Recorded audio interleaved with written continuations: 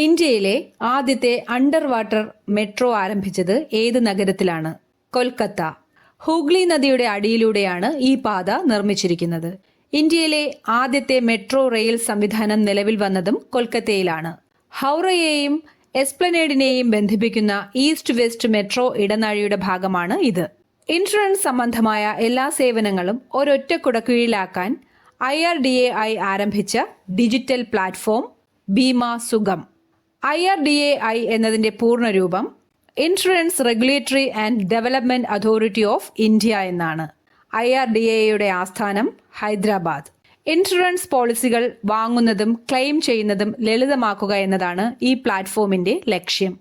അടുത്തിടെ അന്തരിച്ച മറാഠ സാമ്രാജ്യത്തെക്കുറിച്ച് പഠനങ്ങൾ നടത്തിയ പ്രശസ്ത ചരിത്രകാരൻ GB മെഹൻഡേൽ ഛത്രപതി ശിവജിയെക്കുറിച്ചുള്ള Shivaji his life and times എന്ന ഗ്രന്ഥം ഇദ്ദേഹമാണ് രചിച്ചത്. ഇന്ത്യയിലെ ഏറ്റവും വലിയ കാൻഡിലീവർ ഗ്ലാസ് ബ്രിഡ്ജ് നിലവിൽ വരുന്നത് വിശാഖപട്ടണം. കൈലാസഗിരി കുന്നുകളിലാണ് ഇത് നിർമ്മിച്ചിരിക്കുന്നത്.